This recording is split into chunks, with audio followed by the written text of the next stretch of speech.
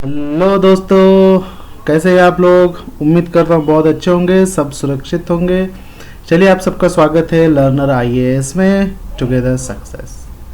दोस्तों, हम लोग जैसे कि आपको पता है अभी एंशियंट हिस्ट्री क्लास 11th का कंटिन्यू कर रहे थे, तो ये करीब करीब एंड होने के पास है।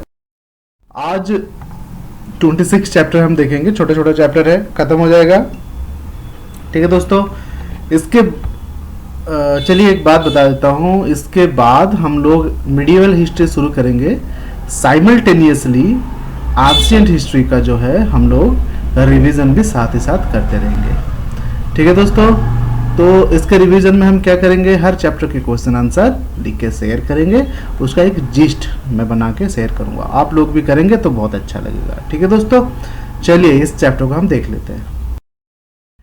तो दोस्तों, ये जो चैप्टर है यह है India's cultural contact with Asian countries. ठीक है दोस्तों, ये जो एशियन कंट्रीज है उसके साथ इंडिया का जो कल्चरल कॉन्टैक्ट था वो कैसा था। Medieval law givers of the commentators ordained that the person should not cross the area. ठीक है, मीडिएवल टाइम पे जो लॉ मेकर्स थे, जो बड़े बड़े लोग, अधिकारी लोग थे, उन्होंने कहा था कोई भी अपना जो है जो सी है, ठीक है, ऑर्डर मतलब उन्होंने ऑर्डर दिया था, इसको क्रॉस नहीं करेगा।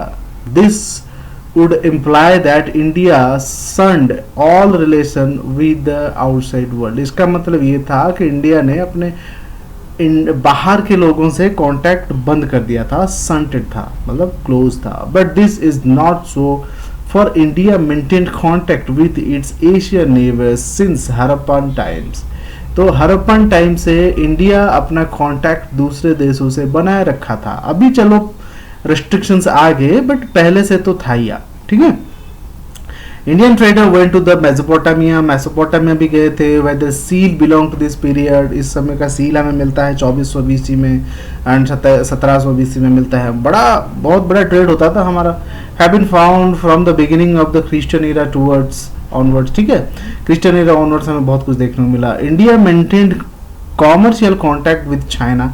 चाइना के साथ इंडिया का कॉमर्शियल कॉन्टैक्ट बड़ा अच्छा था। साउथ ईस्ट एशिया के साथ था, वेस्ट एशिया के साथ था, रोमन एम्पायर में तो जबरदस्त था। ठीक है दोस्तों, इस तरह से हमें देखा ये जो यहाँ पे था Indian land route connected with the China silk route भी, तो इस तरह से काफी रिलेशनशिप हमें पहले से देखने को मिलता है। मिडिवल पीरियड में हालांकि कुछ रेस्ट्रिक्शंस लोगों ने लगा दिया, बट ये तो हड़प्पन टाइम से चला आ रहा था। ठीक है, the propagation of Buddhism promoted India's contact with Sri Lanka, Myanmar, China, Central Asia. जब बुद्धिज्म फ्लॉरिश हुआ, जब बुद्धिज्म स्प्रेड हुआ, उसने कई सारे और देशों के साथ हमारा कॉन्टैक्ट बढ़ा दिया। Most probably the Buddhist missionaries were sent to Sri Lanka in the reign of Ashoka. Ashoka के शासन काल में उसने तो अपने बेटे और बेटे को ही भेज दिया था Sri Lanka to propagate Buddhism.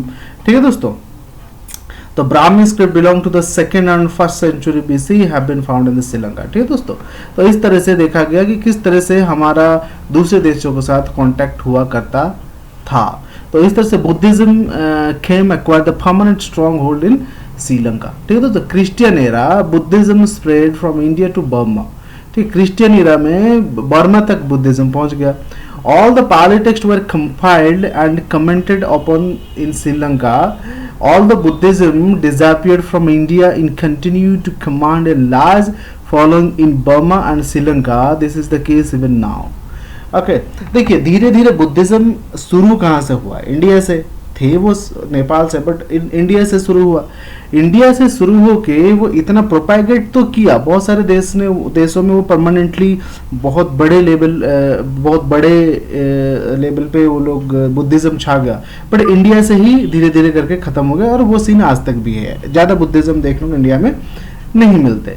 Beginning with the reign of the Kanishka, a large number of Indian missionaries went to China, Central Asia and Afghanistan for preaching their religion from China. ठीक है, कनिष्का के समय, कनिष्का थे जिन्होंने बुद्धिस्ट काउंसिल भी एक ऑर्गेनाइज किया था, पैट्रॉन किया था।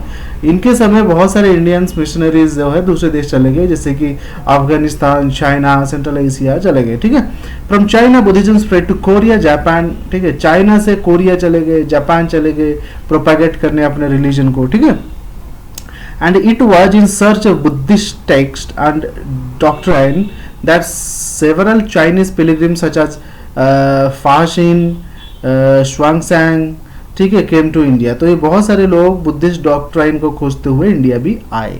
Eventually this contact provide fruitful to both of the country. जब एक्सचेंज होता है, लोग इधर से उधर होते हैं, तो कल्चरल होता है, इकोनॉमिक होता है, एक trade route in the sense मतलब क्या है, रास्ता खुलता है, ठीक है। पहली बार कोई अगर एक जगह से दूसरी जगह जाता है तो वो रास्ता बन जाता है, ठीक है।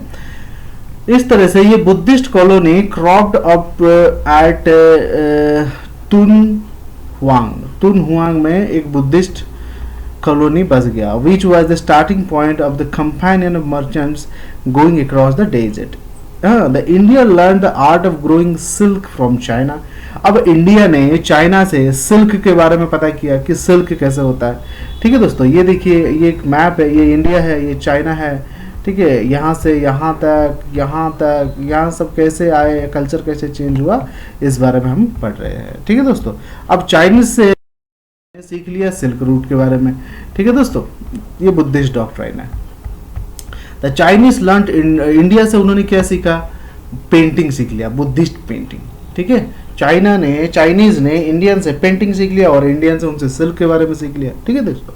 The two other root centers of Buddhism in the ancient time were the Afghanistan and Central Asia. ये दो बुद्धिस्ट मेन रीजन थे उस समय, ठीक है। अफगानिस्तान मैनी स्टैचूज, बहुत सारे स्टैचूज मिला, जैसे कि बेग्राम है, बमियन है, situated at the north of the country, famous such relics. Begram is famous for the ivory work, ठीक है। जो अफगानिस्तान में ही बेग्राम जो है इवरी वर्क के लिए फेमस है। सिमिलरली इंडियन वर्क्समैन इन कुशान टाइम, ठीक है, जैसे कि कुशान टाइम में जैसे फेमस था वैसे ही। बमियन जो था distinction of the process of the tallest Buddha statue sculptured out of the rock, ठीक है। तो सबसे बड़ा टॉलेस्ट स्टैचू यहीं पे ही है, ठीक है दोस्तों, वो अफगानिस्तान में। ओके, इस तरह से हमें देखने को मिलता है चीज़ें, ठीक है। तो इस तरह से कल्चरल एक्सचेंज हो रहा था।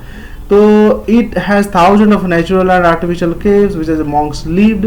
Buddhism continued to hold ground in the Afghanistan until 7th century. 7th century तक बुद्धिज्म का एक बहुत अच्छा होल्ड था। कहाँ पे? अफगानिस्तान पे, ठीक है दोस्तों। A similar process took place in the Central Asia. Excavation have revealed Buddhist monasteries, stupas in inscription. Central Asia में भी बहुत सारी चीजें, बुद्धिस्ट मोनास्ट्रीज मिले हैं, स्तूपाज मिले हैं, इंस्क्रिप्शंस मिले हैं, ठीक है दोस्तों। Manuscripts written in the Indian language at several places in the Central Asia. तो बहुत सारे इंस्क्रिप्शन में हमें इंडियन लैंग्वेज मिला है। It means there must be Indians, ठीक है दोस्तों। तो कुछ कल्चर भी उनका इंडियन साथ मिलता होगा, यही तो एक्सचेंज है, ठीक है दोस्तों। Extension of Kushana rule, Prakrit written in the Kharosthi script spread to Central Asia. Kharosthi और प्रकृति लैंग्वेज सेंट्रल एशिया तक फैल चुका था, ठीक है दोस्तों। Written language was used for official and day-to-day corresponding as well as the preservation of the propagation of Buddhism in Central Asia. Buddhism continued to be a dominant religion force. ठीक है। Indian culture also spread to Southeast Asia, but not through the medium of Buddhism. Except in the case of Burma, it was mostly diffused through the Brahmanical cult.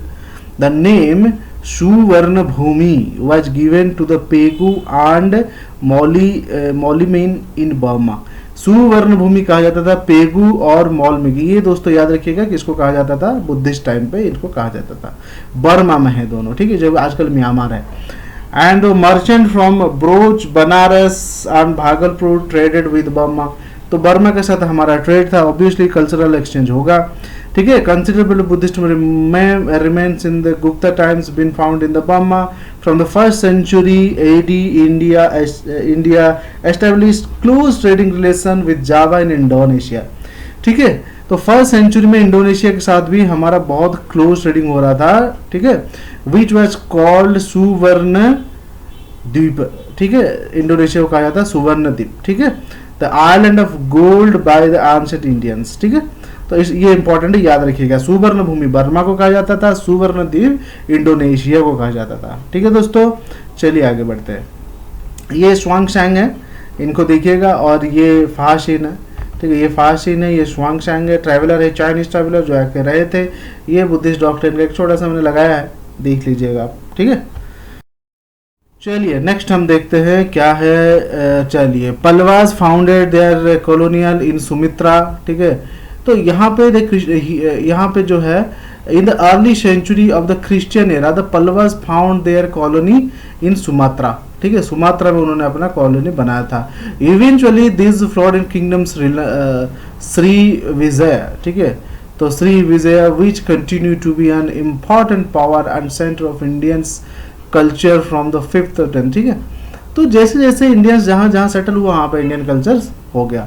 The Indian settlement in the Java and Sumitra, Indonesia के पास ही है, Indonesia का ही, ठीक है, become channel for the radiation of the Indian culture. ठीक है, तो यहाँ पे चले गए पल्लवास, वहाँ पे इंडियन कल्चर ले गए, तो इस तरह से जावा मतलब इंडोनेशिया में भी इंडियन कल्चर पहुँच गया।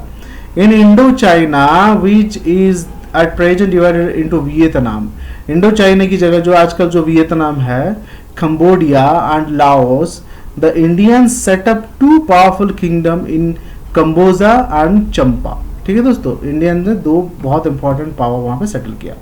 The powerful kingdom Kamboja identical with the modern Cambodia was founded in the 6th century। ठीक है, its ruler were devotee of Shiva, वहां के रूलर शिव के पूजक थे। They developed Kamboja as a centre of Sanskrit learning and numerous inscriptions were composed in that language. तो वहाँ के जो राजा थे वो संस्कृत लवर थे, शिव को पूजा करते थे और बहुत सारे उन्होंने संस्कृत में लिखवाया। ठीक है दोस्तों, in neighborhood of the Cambodia at Champa, embracing the southern Vietnam and the fringe of the northern Vietnam, it seems that traders set up their colonies। traders थे जो चंपा में, जो कंबोजा का पड़ोसी था, वहाँ पे ट्रेडर्स ने अपना बसवास किया। ठीक है, तो वहाँ का किंग जो था वो भी शिव का भक्त था। ठीक है, तो उन्होंने भी संस्कृत में लिखवाया। ठीक है, ग्रेट सेंटर एजुकेशन वेदा, ये एक बहुत बड़ा सेंटर बना धर्म शास्त्र के स्टडी के लिए। ठीक है दोस्तों, Indian settlement the Indian Ocean continued flourishing until the 13th century and during this period intermingled with local people, continuous commingling gave rise to the new type of art, language and literature. ठीक है, 13th century तक बहुत लोग आए, बहुत लोग गए, तो इस तरह से बहुत सारे मिक्स हुआ, तो एक नए नए आर्ट का, लैंग्वेज का, लिटरेचर का डेवलप हो रहा था। We find these country several art objects which shows the happy blending of the both Indian and indigenous elements. It is astonishing that the greatest Buddhist temple is found not in India but in Borobudur in Indonesia। ठीक है, Buddhism का बहुत बड़ा जो है temple वो Indonesia में हमें देखने को मिलता है, ना कि इंडिया में। ठीक है, the temple of Angkor Wat in Cambodia is larger than that of the Borobudur. तो कंबोडिया में जो अंकोरवट है वो बोरोबुदुर से भी बहुत बड़ा है। ठीक है, although this temple belong to medieval time, it can be compare to the best artisan achievement of Egyptian and Greek.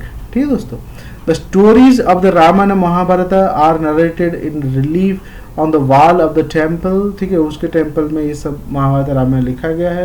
The story of Ramayana is so popular in Indonesia and many folk plays are performed on the basis। ठीक है, the Indonesia language called Bahasa। ठीक है, Indonesia का language क्या है? bahasa। bahasa Indonesia contain numerous Sanskrit words. ठीक है, बहुत सारे संस्कृत वर्ड उसमें है।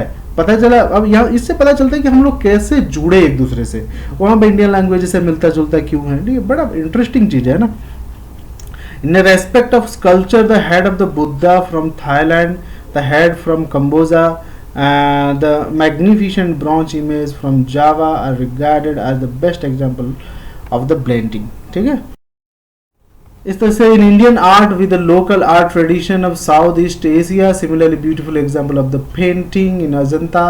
ठीक है, तो found not only in the Sri Lanka but also in the Tunhuang cave of the Chinese border. ठीक है, इस तरह से बहुत सारे देखने को मिला। ठीक है, ये सुवर्ण भूमि वर्मा एंड सुवर्ण द्वीप है इंडोनेशिया, ये भी काफ़ी एक्सचेंज किया हमारे कल्चर को।